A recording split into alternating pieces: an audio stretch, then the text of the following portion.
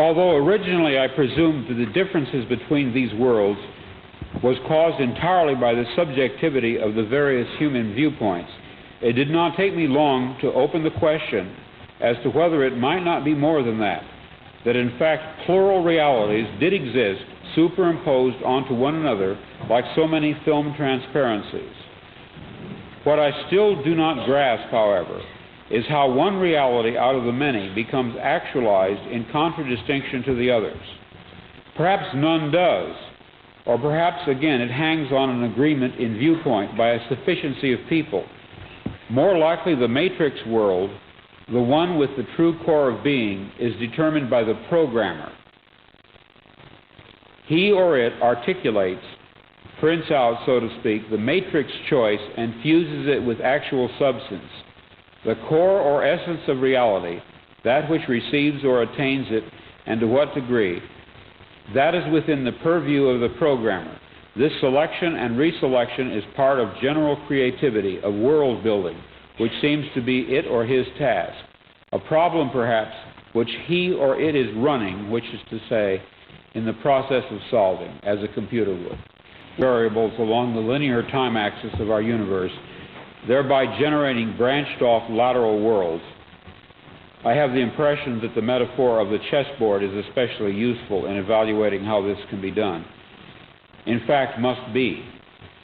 Across from the programmer-reprogrammer sits a counter-entity, whom Joseph Campbell calls the dark counterplayer. God, the programmer-reprogrammer, is not making his moves of improvement against inert matter. He is dealing with a cunning opponent. Let us say that on the game board, our universe in space-time, the dark counterplayer makes a move. He sets up a reality situation of immutable cause and effect. But the programmer-reprogrammer has already laid down his response. It has already happened, these moves on his part.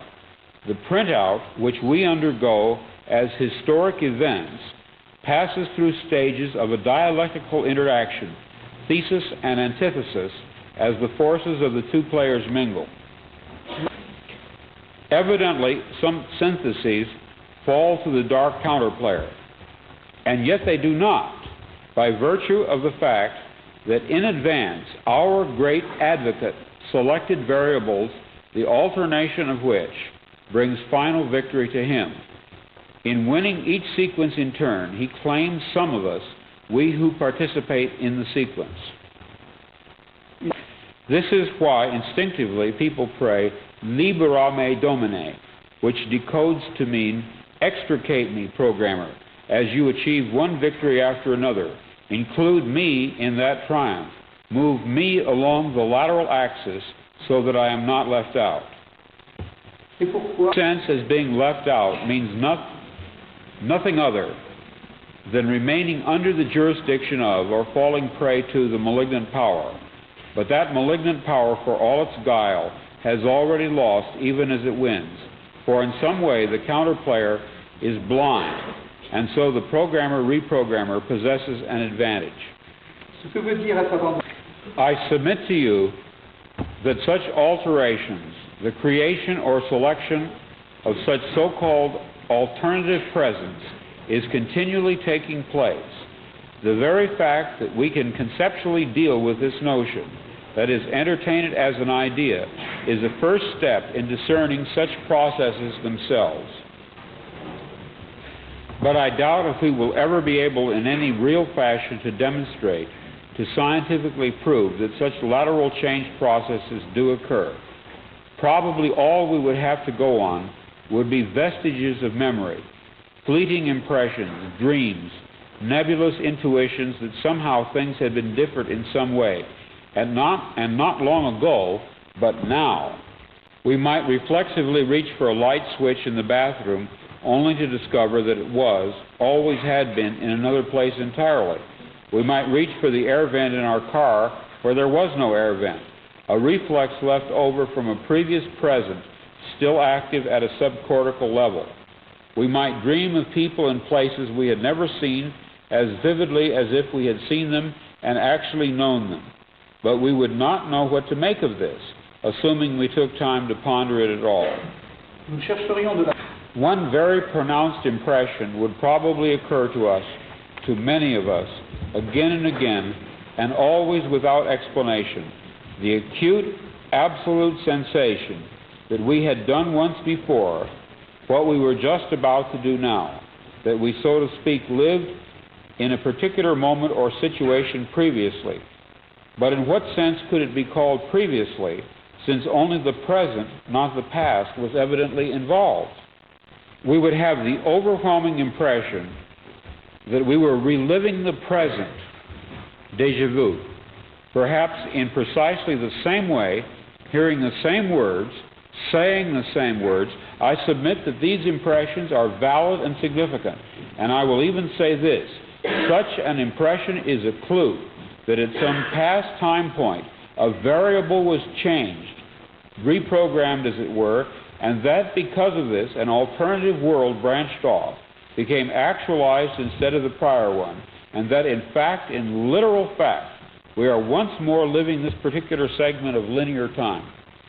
A breaching, a tinkering, a change had been made, but not in our present, had been made in our past. Evidently, such an alteration would have a peculiar effect on those persons involved. They would, so to speak, be moved back one square or several squares on the board game which constitutes our reality.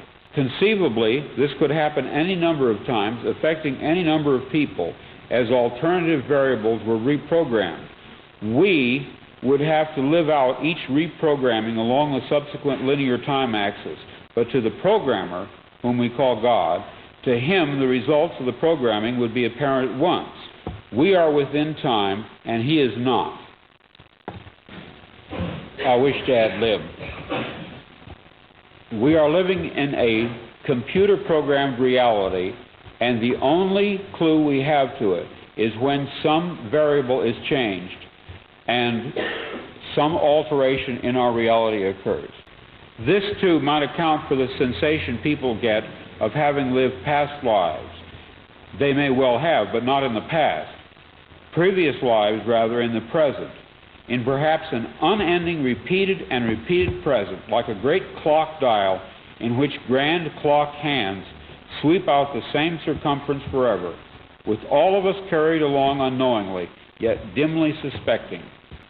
Since at the resolution of every encounter of thesis and antithesis between the dark counterplayer and the divine programmer, a new synthesis is struck off, and since it is possible that each time this happens a lateral world may be generated, and since I conceive that each synthesis or resolution is to some degree a victory by the programmer, each struck-off world in sequence must be an improvement upon not just the prior one, but an improvement upon all the latent or merely possible outcomes. It is a better world, but in no sense perfect, which is to say final. It is merely an improved stage within a process. What I envision clearly is that the programmer is perpetually using the antecedent universe as a gigantic stockpile for each new synthesis, the antecedent universe then possessing the aspect of chaos or anomie in relation to an emerging new cosmos. Therefore, the endless process of sequential struck-off alternate worlds emerging and being infused with actualization is negentropic in some way that we cannot see.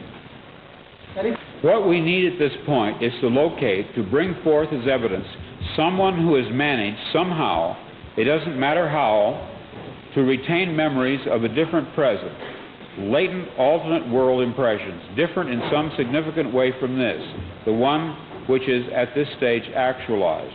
According to my theoretical view, it would almost certainly be memories of a worse world than this. For it is not reasonable that God the programmer and reprogrammer would substitute a worse world in terms of freedom or beauty or love or order or healthiness by any standard which we know. When a mechanic works on your malfunctioning car, he does not damage it further. When a writer creates a second draft of a novel, he does not debase it further, but strives to improve it. I suppose it could be argued in a strictly theoretical way that God might be evil or insane and would in fact substitute a worse world for a better one. but frankly, I cannot take that idea seriously. Let us pass that over. So let us ask, does any one of us remember in any dim fashion a worse Earth circa 1977 than this? Have our young men seen visions and our old men dreamed dreams?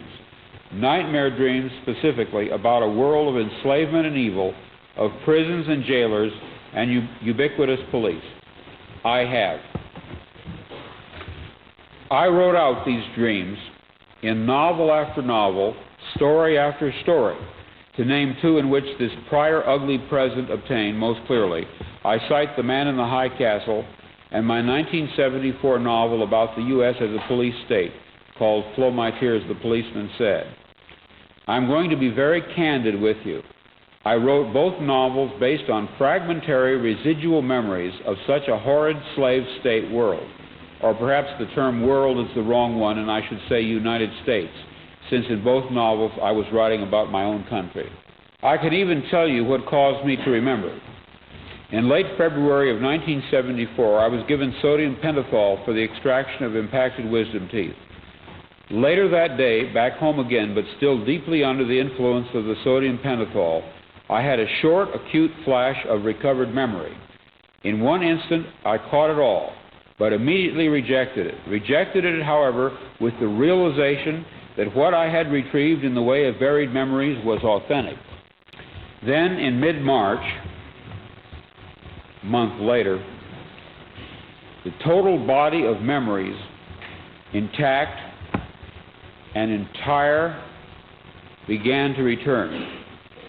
You are free to believe me or to disbelieve, but please take my word on it that I am not joking. This is very serious, a matter of importance. I am sure that at the very least you will agree that for me, even to claim this is in itself amazing. People claim to remember past lives. I claim to remember a different, very different present life.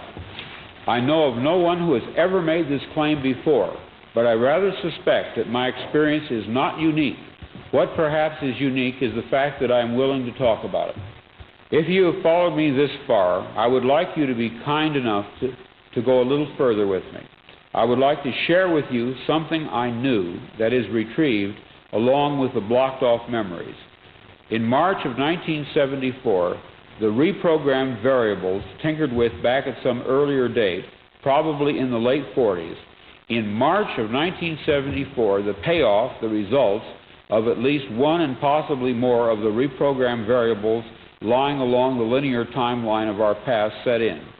What happened between March and August of 1974 was the result of at least one reprogrammed variable laid down perhaps 30 years before, setting into motion a thread of change which culminated in what I am sure you will admit was a spectacularly important and unique historical event, the forced removal from office of a President of the United States, Richard Nixon, as well as all those associated with him.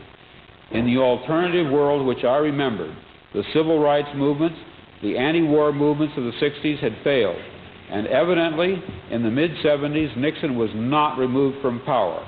That which deposed him, if anything indeed existed that did oppose him or could oppose him, was inadequate. Therefore, one or more factors tending toward that destruction of the entrenched tyrannical power had retroactively to us come to be introduced. The scales, 30 years later, in it had been 2,000 years ago at its inception. It was regarded as subversive and revolutionary, and let me add, this appraisal by the police authorities was correct. It took me almost 2 weeks after the return of my memories of my life in Track A to rid myself of the overpowering impression that all references to Christ, all sacerdotal acts, had to be veiled in absolute secrecy. But historically, this fits the pattern of a fascist takeover, especially those along Nazi lines. I would like to read something which I had deleted. So, yes, sir.